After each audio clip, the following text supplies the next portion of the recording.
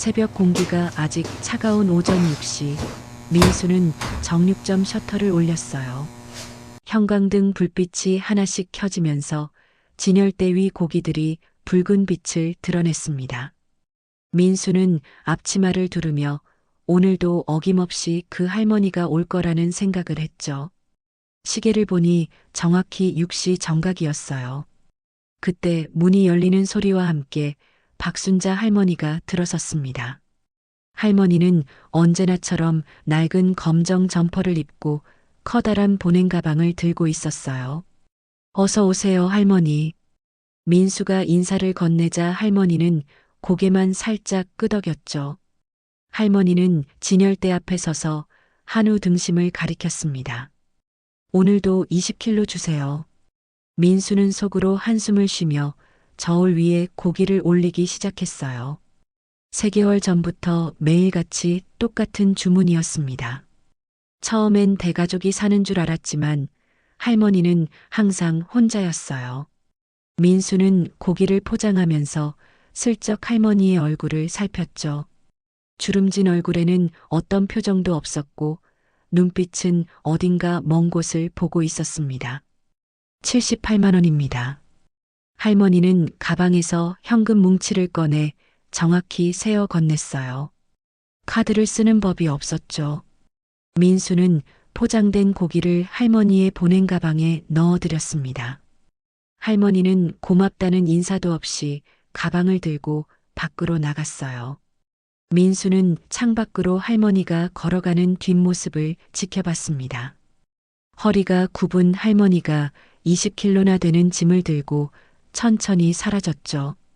오전 10시쯤 슈퍼를 운영하는 강 사장이 정육점에 들어왔어요. 민수 씨, 오늘도 그 할머니 왔어요? 강 사장이 수군거리듯 물었습니다. 네, 아침 6시 정각이에요. 민수가 대답하자 강 사장은 고개를 저었어요. 이상하지 않아요? 매일 20kg씩이면 보통 일이 아닌데. 민수도 같은 생각이었습니다. 점심시간 민수는 장부를 펼쳐 계산을 해봤어요. 3개월이면 90일 하루 20kg면 총 1800kg였죠. 1톤이 훨씬 넘는 양이었습니다. 민수는 연필을 놓고 깊은 생각에 잠겼어요. 저녁 무렵 아내 미선이 정육점에 들러 장부를 정리했습니다. 여보, 그 할머니 말인데요. 민수가 조심스럽게 말을 꺼냈죠. 왜요? 무슨 일 있어요? 매일 20kg씩 사가시는 게 좀 이상하지 않아요? 미선은 잠시 생각하더니 표정이 굳어졌어요. 혹시 어디 팔려고 그러는 거 아닐까요? 밀매업자일 수도 있잖아요. 그 말에 민수의 가슴이 철렁 내려앉았습니다. 밤 11시 민수는 침대에 누워서도 잠을 이룰 수 없었어요.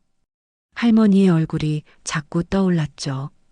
새벽 2시 민수는 결국 일어나 휴대폰을 집어들었습니다. 파출소 번호를 찾아 전화를 걸었어요. 여보세요, 신고할 게 있는데요. 민수의 목소리는 떨리고 있었습니다. 다음 날 새벽 5시 30분, 형사 정태는 사복 차림으로 정육점 근처 골목에 차를 세웠어요. 검은색 소나타 안에서 정태는 보온병에 담긴 커피를 한 모금 마셨습니다. 어제 민수에게서 받은 정보를 떠올리며 손목시계를 확인했죠. 6시까지 30분 남았어요. 정태는 조수석에 놓인 쌍안경과 카메라를 점검했습니다. 20년 경력의 형사지만 이런 사건은 처음이었어요. 시계 바늘이 5시 55분을 가리킬 때 저 멀리서 할머니가 걸어오는 모습이 보였습니다. 정태는 몸을 낮추고 쌍안경을 눈에 댔어요. 할머니는 커다란 보냉 가방을 들고 천천히 정육점 쪽으로 다가왔죠. 정확히 6시 할머니는 정육점 문을 열고 들어갔습니다. 정태는 시계를 보며 고개를 끄덕였어요. 민수의 말대로 정확한 시간이었죠. 15분 후 할머니가 정육점에서 나왔습니다. 보냉 가방이 무거워 보였는지 할머니의 걸음이 더 느렸어요. 정태는 차에서 내려 50m 정도 거리를 두고 뒤를 밟기 시작했습니다. 할머니는 마을 중심가를 지나 버스 정류장 방향으로 걸었어요. 정태는 버스를 탈 거라고 예상했지만 할머니는 정류장을 그냥 지나쳤죠. 대신 뒷산 쪽으로 방향을 틀었습니다. 등산로 입구에 도착한 할머니는 잠시 멈춰 섰어요. 주변을 둘러보더니 등산로가 아닌 옆 오솔길로 접어들었습니다. 정태는 더 조심스럽게 거리를 벌리며 따라갔어요. 나뭇가지를 밟는 소리가 날까봐 발걸음을 최대한 가볍게 했죠. 오솔길은 점점 좁아지고 나무들이 빽빽해졌습니다. 할머니는 마치 익숙한 길을 걷듯 주저없이 앞으로 나아갔어요. 30분쯤 걸었을까 앞쪽에 낡은 건물이 보이기 시작했습니다. 정태는 큰 나무 뒤에 몸을 숨기고 상황을 살폈어요. 폐가였죠. 지붕 일부가 무너지고 벽에는 담쟁이 덩굴이 가득 자라 있었습니다. 할머니는 폐가 앞에서 보냉 가방을 내려놓고 문고리를 잡았어요. 녹슨 문이 삐걱거리는 소리를 내며 열렸습니다. 철수야, 왔다. 할머니의 목소리가 작게 들려왔어요. 정태는 귀를 기울였지만 안에서는 아무 대답도 들리지 않았습니다. 할머니는 보냉 가방을 들고 폐가 안으로 들어갔어요. 문이 천천히 닫혔죠. 정태는 5분을 기다린 후 조심스럽게 폐가로 다가갔습니다. 창문 틈으로 안을 들여다보려 했지만 너무 어두워 아무것도 보이지 않았어요. 정태는 폐가 주변을 천천히 돌며 다른 창문을 찾았습니다. 뒤편에 작은 창문이 있었지만 역시 커튼이 쳐져 있었어요. 안에서는 할머니가 무언가에게 말을 거는 소리만 희미하게 들렸죠. 정태는 더 이상 접근하면 들킬 것 같아 뒤로 물러섰습니다. 나무 뒤에 숨어 30분을 기다렸지만 할머니는 나오지 않았어요. 정태는 휴대폰으로 폐가 사진을 여러 장 찍었습니다. GPS 좌표도 기록했죠. 이제 파출소로 돌아가 지원을 요청할 때였어요. 정태는 조용히 오솔길을 따라 뒤돌아 나왔습니다. 차에 올라타자마자 상급자에게 전화를 걸었어요. 발견했습니다. 폐가에서 뭔가 기르는 것 같은데 내일 지원 인력과 함께 가겠습니다. 전화를 끊은 정태는 다시 폐가 방향을 바라봤습니다. 저 안에 무엇이 있는 걸까요? 정태의 눈빛이 굳어졌어요. 정태는 파출소로 돌아와 책상 앞에 앉았습니다. 컴퓨터를 켜고 보고서를 작성하기 시작했어요. 상급자인 김경희가 옆에 서서 보고서를 들여다봤죠. 동물 학대나 밀매 가능성이 높아 보입니다. 정태가 말하자 김경희는 고개를 끄덕였어요. 내일 오전에 동료 2명과 함께 가보게. 영장은 내가 처리하지. 같은 날 오후 2시 마을 이장 김영희가 정육점 문을 열고 들어왔습니다. 김영희는 60대 후반의 통통한 체구의 목소리가 큰 여성이었어요. 민수 씨, 잠깐 이야기 좀 해요. 민수는 고기를 손질하던 칼을 내려놓고 김영희를 맞았습니다. 무슨 일이세요, 이장님? 그 할머니 말이에요. 경찰이 미행했다면서요? 김영희의 눈이 호기심으로 반짝였어요. 민수는 어제 정태에게서 들은 이야기를 조심스럽게 전했습니다. 뒷산 폐가 이야기를 듣자 김영희의 표정이 심각해졌죠. 세상에, 거기서 뭘 하는 거예요? 김영희는 정육점을 나가자마자 휴대폰을 꺼냈어요. 마을 부녀회장에게 먼저 전화를 걸었습니다. 여보세요? 큰일 났어요. 그 할머니 있잖아요. 소문은 불길처럼 빠르게 번졌어요. 오후 3시 마을 슈퍼에서 강 사장과 손님들이 모여 이야기를 나눴습니다. 불법 식당 차리는 거 아닐까요? 아니면 개 농장이라든가요. 약국에서도 미용실에서도 같은 이야기가 오갔어요. 저녁 무렵이 되자 마을 전체가 할머니 이야기로 들썩였습니다. 민수의 딸 혜수는 학교에서 친구들과 점심을 먹고 있었어요. 고등학교 2학년인 혜수는 친구 3명에게 아버지에게서 들은 이야기를 했습니다. 진짜? 그럼 내일 경찰이 급습하는 거야? 친구들의 눈이 커졌어요. 혜수는 집에 돌아와 방에 들어가자마자 휴대폰을 꺼냈습니다. SNS에 익명 계정으로 글을 올렸죠. 우리 동네에 미스터리 할머니가 있는데 매일 고기 20kg씩 사간대요. 경찰이 수사 중이래요. 게시글은 순식간에 조회수가 올라가기 시작했어요. 다음 날 오전 지역 신문사 기자 박 기자가 정육점을 찾아왔습니다. 40대 중반의 박 기자는 가방에서 녹음기를 꺼냈어요. 민수 씨, 인터뷰 좀 하겠습니다. 민수는 당황스러운 표정으로 손을 저었습니다. 아직 확실한 게 아니라서요. 기사는 좀. 그래도 주민들이 다 알고 있잖아요. 박 기자가 끈질기게 물어왔지만 민수는 고개를 저었어요. 결국 박 기자는 발길을 돌렸지만 마을 사람들을 취재하기 시작했습니다. 저녁 7시 정태는 동료 경찰관 이순경, 박순경과 함께 작전 회의를 했어요. 사무실 책상 위에는 폐가 사진과 지도가 펼쳐져 있었습니다. 내일 오전 7시에 출발합니다. 할머니가 안에 들어간 후 10분 뒤에 진입하죠. 정태가 설명하자 두순경이 고개를 끄덕였어요. 이순경이 조심스럽게 물었습니다. 혹시 위험한 동물일 수도 있지 않을까요? 만약을 대비해 마취총도 준비했습니다. 정태의 목소리는 단호했어요. 같은 시각 할머니는 어김없이 정육점에 들어섰습니다. 민수는 할머니를 보자 가슴이 먹먹해졌어요. 내일이면 모든 게 밝혀질 텐데 할머니는 아무것도 모르고 있었죠. 오늘도 20kg 주세요. 할머니의 목소리는 평소와 똑같았습니다. 민수는 고기를 포장하면서 할머니의 얼굴을 유심히 봤어요. 주름진 얼굴에는 여전히 아무 표정이 없었습니다. 하지만 민수는 할머니의 눈 깊은 곳에서 무언가 슬픈 빛을 발견했어요. 고기를 건네며 민수는 작게 중얼거렸습니다. 할머니, 조심히 가세요.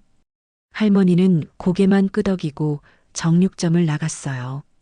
민수는 창밖으로 할머니의 뒷모습을 바라보며 한숨을 쉬었습니다. 내일이면 모든 진실이 드러날 거예요. 폐가 급습과 충격적인 발견. 다음 날 오전 7시 정태와 2명의 동료는 폐가 압숲속에 도착했습니다. 이른 아침 안개가 나무 사이를 떠돌고 있었어요. 세 사람은 나무 뒤에 몸을 숨기고 할머니를 기다렸습니다. 이순경이 손목 시계를 확인하며 작은 목소리로 말했어요. 7시 20분입니다. 곧 오겠죠? 10분쯤 지났을까 오솔길 저편에서 할머니가 나타났습니다. 할머니는 평소처럼 보냉 가방을 들고 천천히 폐가로 다가왔어요. 문을 열고 안으로 들어가는 할머니의 뒷모습이 사라졌습니다. 정태는 손목 시계를 보며 시간을 쟀어요. 10분 기다렸다가 들어갑니다. 시간이 천천히 흘렀습니다. 박순경은 긴장한 듯 마취총을 꼭 쥐고 있었어요. 정태가 손을 들어 신호를 보내자 세 사람은 조용히 폐가로 다가갔습니다. 녹슨 문 앞에 선 정태는 주먹으로 문을 두드렸어요. 경찰입니다. 문 열어주세요. 안에서 할머니의 놀란 목소리가 들렸습니다. 잠시 후 문이 천천히 열렸어요. 할머니는 당황한 표정으로 문틈에 서 있었습니다. 무슨 일이세요? 정태는 주머니에서 영장을 꺼내 보여줬어요. 신고가 들어와서 조사하려고 합니다. 안으로 들어가도 되겠습니까? 할머니의 얼굴이 새하얗게 질렸습니다. 손이 떨리기 시작했어요. 하지만 할머니는 고개를 끄덕이며 옆으로 비켜섰습니다. 3명의 경찰관이 폐가 안으로 들어섰어요. 어두운 실내는 곰팡이 냄새와 함께 묘한 동물 냄새가 났습니다. 정태가 손전등을 켜서 안을 비추기 시작했죠. 거실 한쪽에 커다란 그림자가 움직였어요. 이순경이 비명을 삼키며 뒤로 물러섰습니다. 손전등 불빛이 비춘 곳에는 거대한 곰이 앉아 있었어요. 반달가슴곰이었습니다. 체구가 어마어마했죠. 곰은 바닥에 놓인 소고기 덩어리를 먹고 있었어요. 정태는 즉시 무전기를 꺼내 본부에 연락했습니다. 야생동물 발견했습니다. 환경부에 연락 부탁합니다. 할머니는 재빨리 곰 앞으로 달려가 두 팔을 벌렸어요. 안 돼요. 철수를 건드리지 마세요. 할머니의 목소리가 떨리고 있었습니다. 곰은 할머니 뒤에서 고개를 들어 경찰들을 바라봤어요. 경계하는 눈빛이었지만 공격적이지는 않았습니다. 박순경이 마취총을 들어 올렸지만 정태가 손으로 제지했어요. 일단 기다리세요.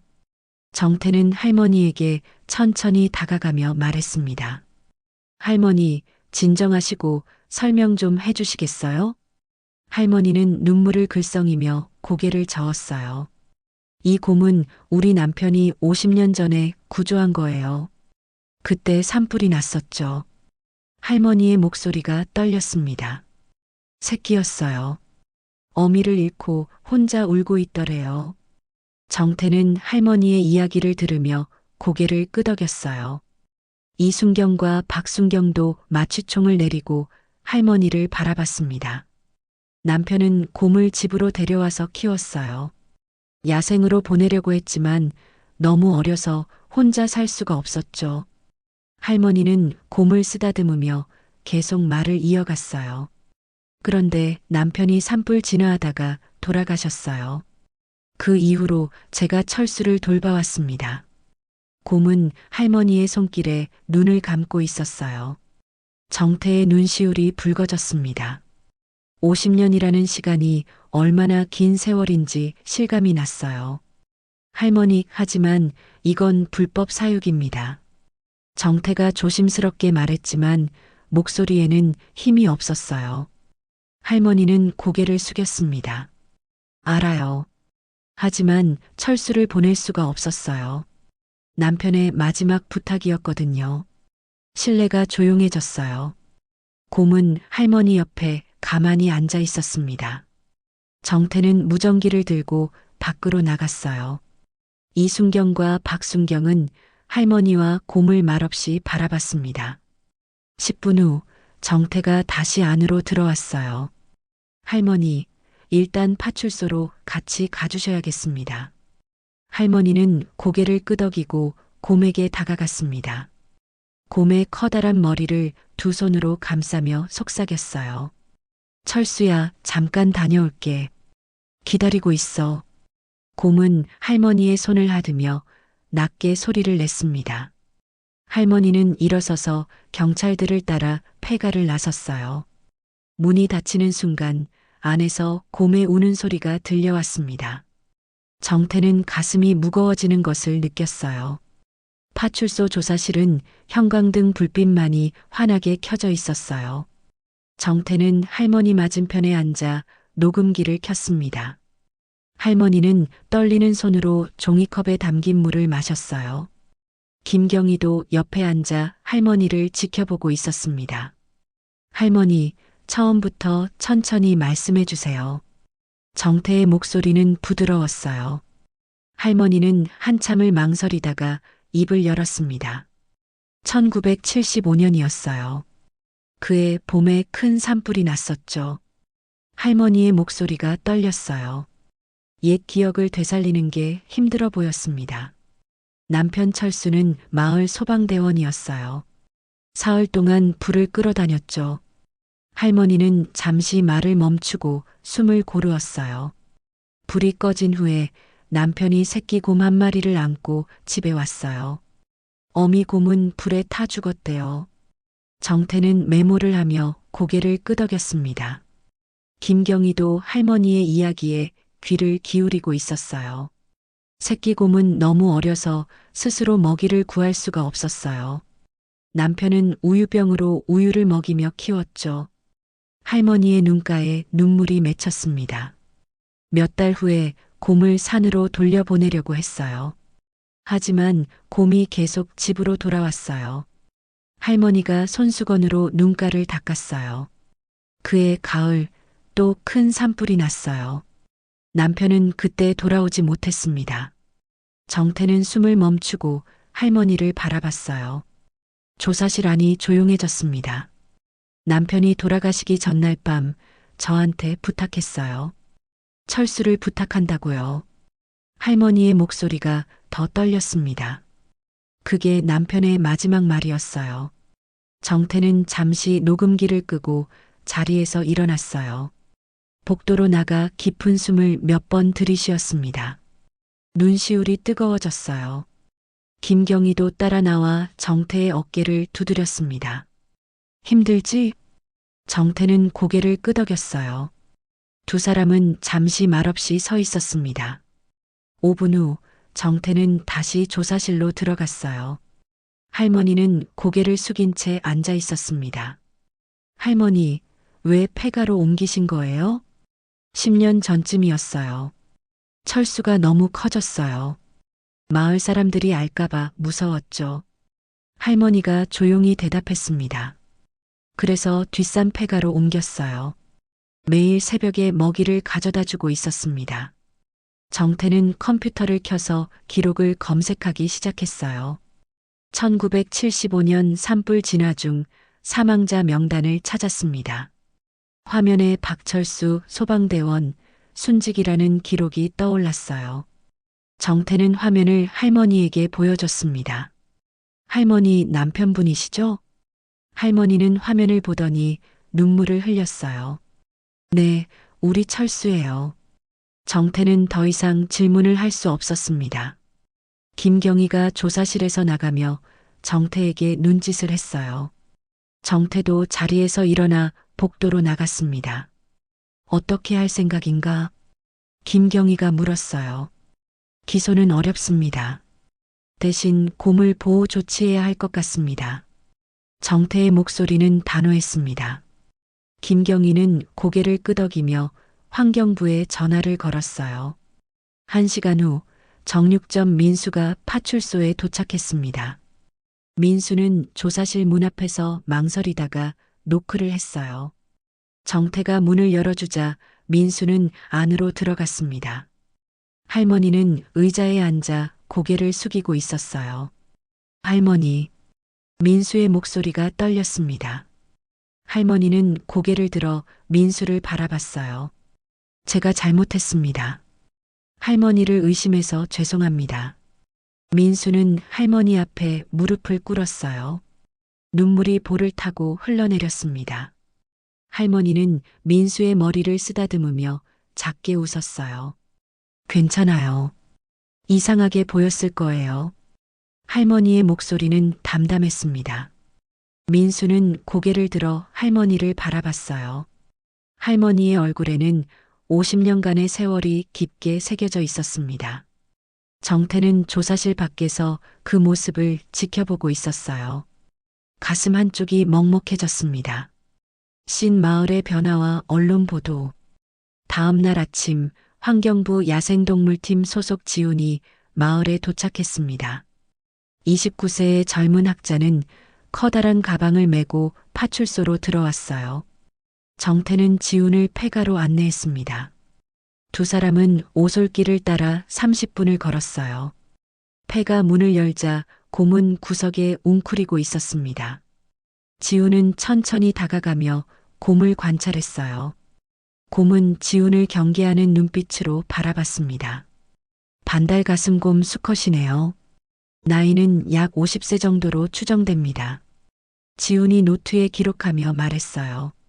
청진기로 곰의 심장 소리를 들어보고 눈과 털 상태를 확인했습니다. 건강 상태는 양호합니다. 하지만 야생 복귀는 불가능해요. 지훈이 정태를 돌아보며 설명했어요. 50년 동안 사람 손에 길러졌으니 스스로 사냥할 수 없을 겁니다. 정태는 고개를 끄덕이며 물었습니다. 그럼 어떻게 해야 하죠? 지리산 생태 보호구역으로 옮기는 게 최선입니다. 거기서 관리를 받으며 여생을 보낼 수 있어요. 같은 시각 지역 신문사에서는 박 기자가 기사를 작성하고 있었어요. 컴퓨터 화면에는 50년 헌신, 할머니와 곰의 이야기라는 제목이 적혀 있었습니다. 박 기자는 어제 취재한 내용을 정리하며 키보드를 두드렸어요. 할머니의 사진과 폐가 사진을 기사에 첨부했습니다. 다음 날 아침 신문 일면에 할머니 기사가 크게 실렸어요. 마을 사람들은 신문을 보며 놀라움을 감추지 못했습니다. 슈퍼주인 강 사장은 신문을 펼쳐들고 한숨을 쉬었어요. 우리가 할머니를 오해했구만. 미용실에서도 약국에서도 같은 반응이었습니다. 사람들의 표정에는 미안함이 가득했어요. 오전 10시 마을 이장 김영희가 마을회관 앞에 현수막을 걸었습니다.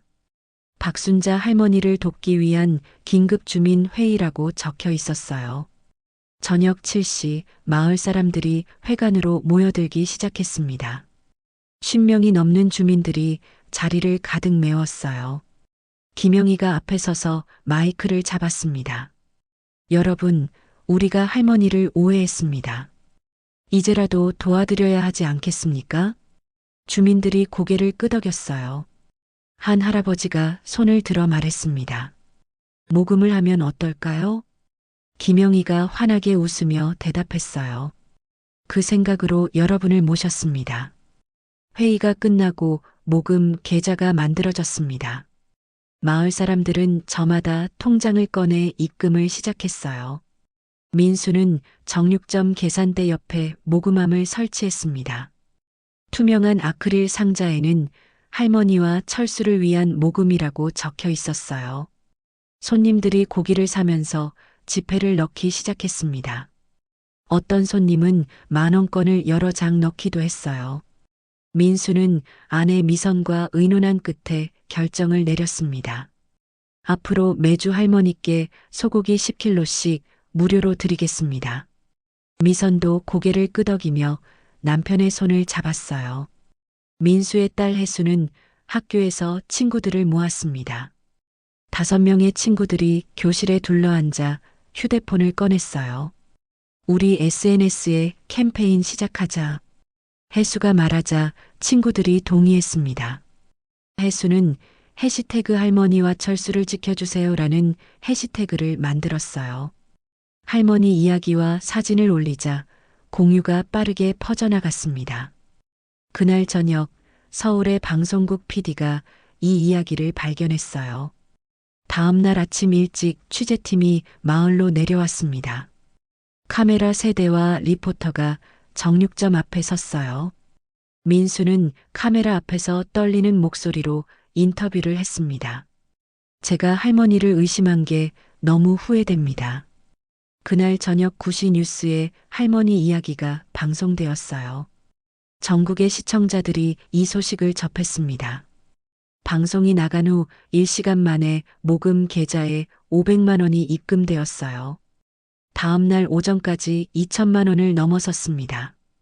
일주일 후 모금액은 5천만 원이 되었어요.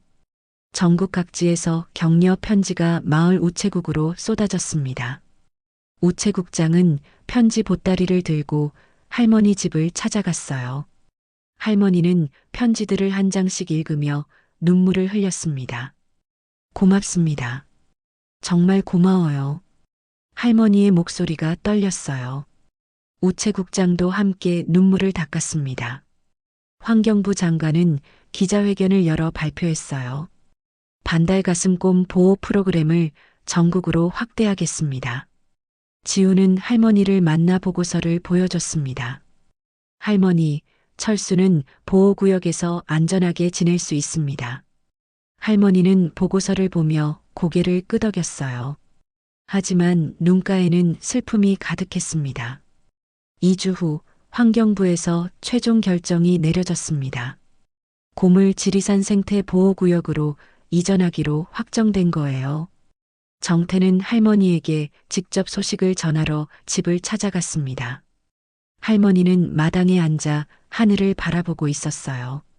할머니, 다음 주 월요일에 철수를 옮기기로 했습니다. 정태의 목소리는 조심스러웠어요.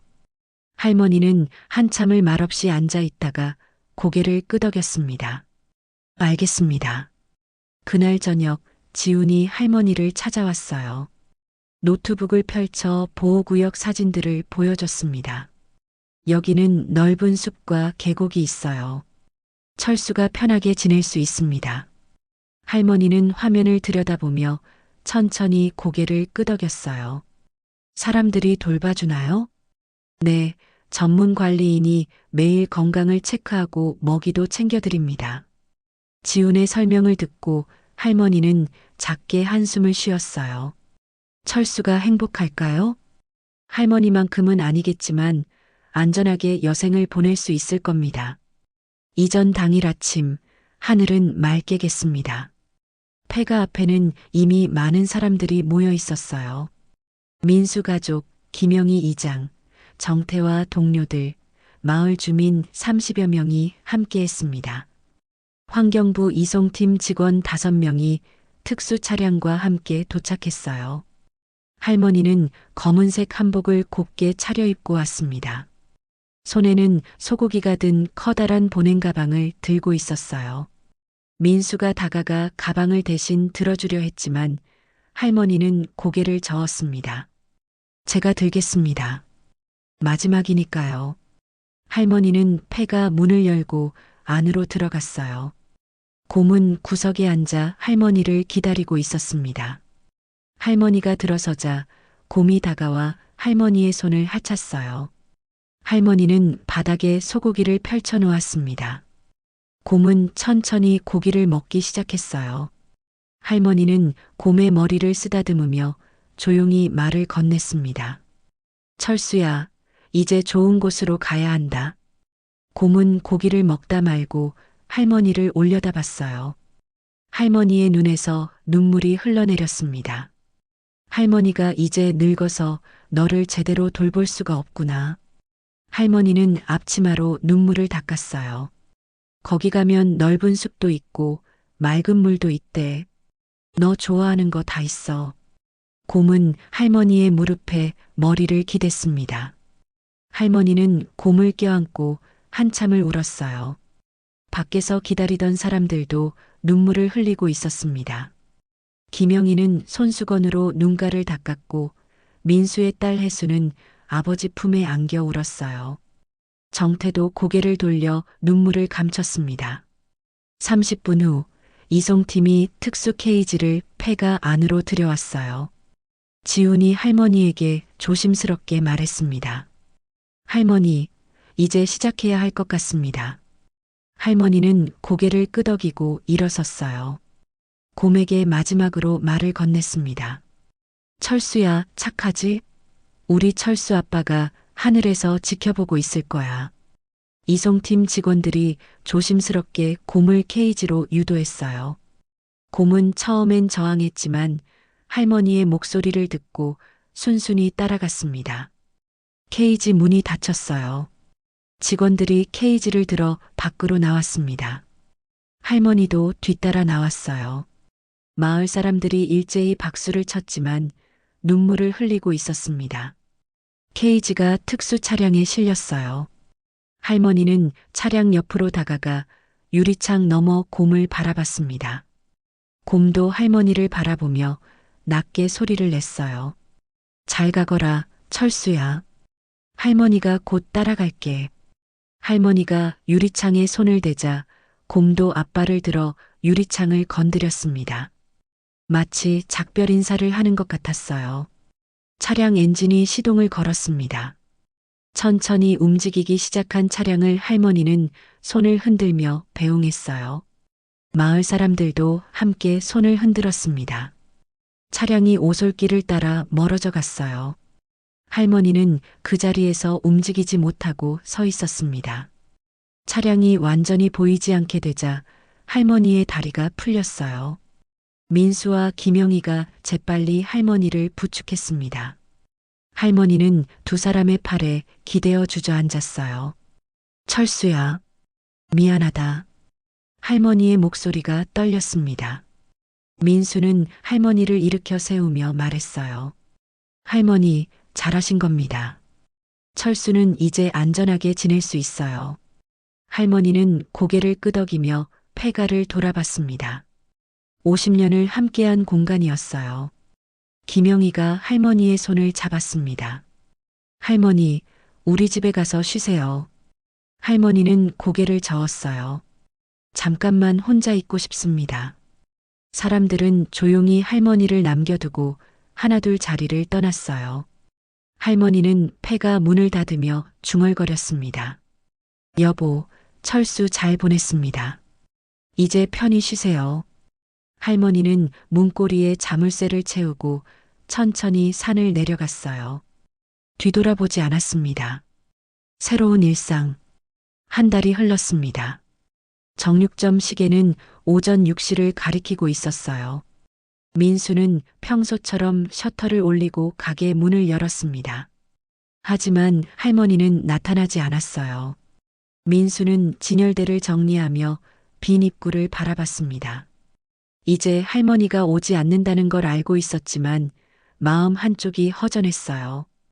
오전 10시 민수는 소고기 10kg를 포장했습니다.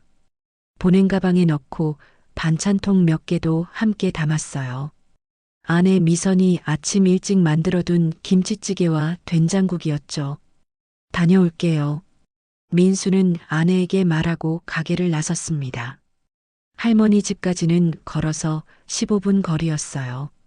민수는 매주 월요일마다 이 길을 걸었습니다.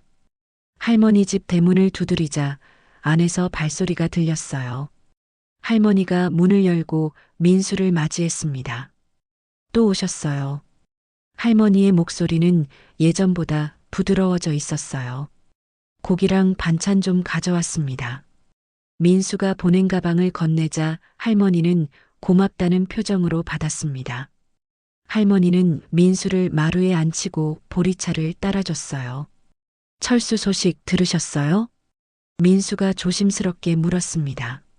할머니는 고개를 끄덕이며 방에서 봉투를 꺼내왔어요. 봉투 안에는 사진 여러 장이 들어 있었습니다. 지훈이 보내온 철수의 사진들이었죠. 여기서 잘 지내고 있대요. 할머니는 사진 속 곰을 손가락으로 쓰다듬었습니다. 사진 속 철수는 넓은 숲에서 햇볕을 쓰고 있었어요. 민수는 사진을 보며 안도의 한숨을 쉬었습니다. 그날 오후 할머니는 뒷산 폐가로 향했어요. 손에는 빗자루와 걸레를 들고 있었습니다. 폐가 문을 열자 먼지가 자욱했어요. 할머니는 창문을 열어 환기를 시키고 청소를 시작했습니다. 바닥을 쓸고 닦으며 할머니는 철수와의 기억을 떠올렸어요. 50년의 시간이 주마등처럼 지나갔습니다. 청소를 마친 할머니는 가방에서 액자를 꺼냈어요. 젊은 시절 남편 철수의 사진이 담긴 액자였습니다. 할머니는 액자를 벽에 조심스럽게 걸었어요. 여보, 이제 우리 곰 철수도 잘 지내고 있어요. 할머니는 남편 사진에 대고 말을 건넸습니다. 햇살이 창문으로 들어와 액자를 비췄어요. 저녁 무렵 마을회관에서는 주민회의가 열렸습니다. 김영희 이장이 앞에 서서 발표를 했어요. 할머니를 마을 추석 행사에 초대하려고 합니다. 다들 찬성하시죠? 주민들이 일제히 손을 들었습니다. 강 사장이 일어서서 말했어요. 할머니께서 이제 마을 사람들과 어울리셔야죠. 추석 당일 마을회관 마당에는 음식상이 가득 차려졌어요. 할머니는 처음으로 마을 행사에 참석했습니다. 사람들은 할머니를 상석에 모시고 음식을 권했어요. 할머니는 어색해하면서도 조금씩 미소를 지었습니다. 혜수가 친구들과 함께 할머니 옆에 앉았어요. 할머니, 저희가 학교에서 발표했는데 상 받았어요. 혜수는 청소년 봉사상 상장을 할머니께 보여드렸습니다. 할머니는 상장을 보며 혜수의 머리를 쓰다듬었어요. 기특하구나. 서울에서는 환경부 장관이 기자회견을 열고 있었어요. 야생동물 구조와 보호 캠페인을 전국으로 확대합니다. 박순자 할머니의 헌신이 이 정책의 시작점이 되었습니다. 기자들이 카메라 플래시를 터뜨렸습니다. 지역 신문사에서는 박 기자가 새로운 기사를 작성하고 있었어요. 할머니와 곰, 그 이후 이야기라는 제목이었습니다. 박 기자의 기사는 언론상 후보에 올랐어요. 한 달 후 다큐멘터리 제작팀이 마을을 찾아왔습니다. 할머니와 철수의 이야기를 영상으로 남기기 위해서였죠. 할머니는 카메라 앞에서 50년의 이야기를 담담하게 들려줬어요. 정육점 벽에는 새로운 액자가 걸렸습니다. 할머니와 철수가 함께 찍은 사진이었어요. 지훈이 이전 전날 폐가에서 찍어준 사진이었습니다. 손님들은 사진을 보며 민수에게 이야기를 물었고 민수는 매번 감동적으로 들려줬어요. 겨울이 찾아왔습니다. 할머니는 두꺼운 외투를 입고 뒷산 폐가로 향했어요. 눈이 소복이 쌓인 오솔길을 천천히 걸었습니다. 폐가 앞에 도착한 할머니는 눈을 쓸어내고 문을 열었어요. 남편 사진 앞에 앉아 할머니는 조용히 말을 건넸습니다. 여보, 오늘 지훈이한테서 편지 왔어요. 철수가 겨울잠 자기 전에 밥 많이 먹었대요. 할머니는 가방에서 편지를 꺼내 읽기 시작했어요. 지훈의 편지에는 철수가 건강하게 지내고 있다는 소식이 담겨 있었습니다. 할머니는 편지를 접으며 미소를 지었어요. 해가 지고 폐가 창문으로 노을빛이 들어왔습니다. 할머니는 남편 사진을 바라보며 중얼거렸어요. 우리 철수 잘 키웠죠? 사진 속 남편은 환하게 웃고 있었습니다. 할머니는 일어서서 폐가 문을 닫고 천천히 산을 내려갔어요. 발자국이 눈 위에 깊게 새겨졌습니다. 마을에는 저녁 연기가 피어오르고 있었어요. 할머니는 불빛이 환한 집들을 바라보며 걸었습니다. 이제 혼자가 아니었어요. 마을 사람들이 민수가 그리고 멀리 철수가 함께하고 있었습니다. 할머니는 집으로 돌아가며 하늘을 올려다봤어요. 별들이 반짝이고 있었습니다. 그중 가장 밝은 별 하나가 할머니를 내려다보는 것 같았어요. 여보, 고마워요. 할머니의 목소리가 밤하늘에 울려 퍼졌습니다.